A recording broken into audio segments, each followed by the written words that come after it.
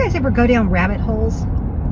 Like you get on the internet and you start looking for something, and before you know it, you've been there 2 hours and you're into some, mystical land somewhere. Nothing even close to what you initially started looking at. But you just start going down all these rabbit holes. Well, that is kind of how I discovered the carnivore lifestyle. I was rabbit holing some way to help my husband organically and naturally lower his triglycerides, because they were off the frickin' hook. They were 423 with his HDL being 20 and his LDL being around 74. So he literally was a dead man walking. That was on medication. Okay, that was on medication. But he was also eating whatever the frick he wanted to eat. He was like, there's a pill for that. I'll take the pill. It'll handle everything. Well, it didn't. So I'm on the internet. I'm going down all these little rabbit holes, just looking for organic ways to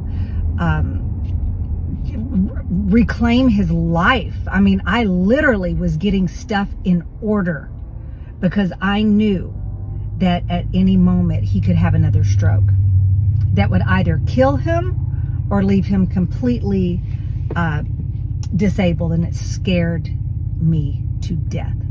So I go down all these little rabbit holes, and I come across, some kind of fringe content on the carnivore lifestyle, which 5 years ago, back in 2017, I guess 6 years ago, I was familiar with the carnivore lifestyle, and I literally poo-pooed it.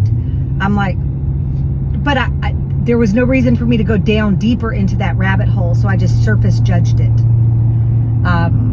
Even though Greg's numbers sucked then too, he hadn't had a stroke, so I wasn't as desperate then as I was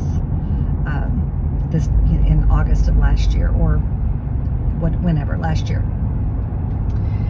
So anyway, flash forward, I go through go down all these rabbit holes, and then we get Greg's blood reading back, and it's just dreadful. And then Greg and I launch into full-blown carnivore on August 9th, 2022.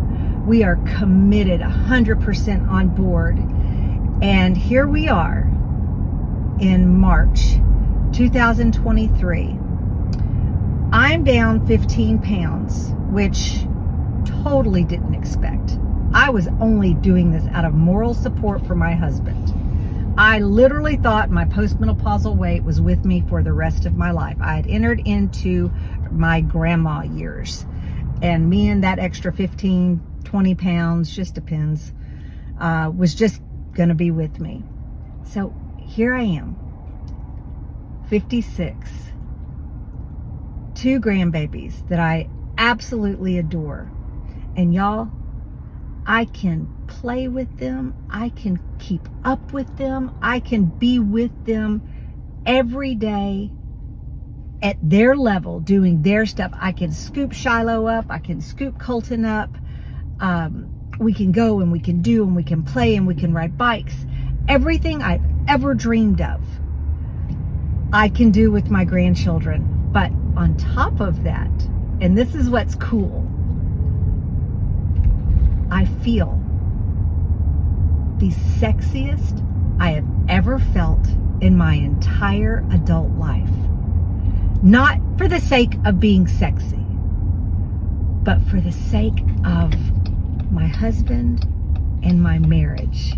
It has rekindled a romance and an attraction and a respect that you may have before kids, kind of wanes during the rearing of kids, and if you're lucky, you can recapture it after your children have left the house. That's where Greg and I are right now. We love to be together. We love admiring and looking and honoring each other. We have the same attraction that we had for one another 35 years ago when we got together. It's just super, super cool. So contrary to what we may think, as we move through the cycles and the phases of life, almost hit the pole. Contrary to what we think, let me get this phone out. You can reclaim it. You can reclaim it all. And you can feel sexier, look sexier, and just have a second, just a second chance to do it all. But this time, you're not the dumb young punk that you were once, so you might do it a little smarter. Okay, y'all, just thought I'd share. Y'all have a great Sunday.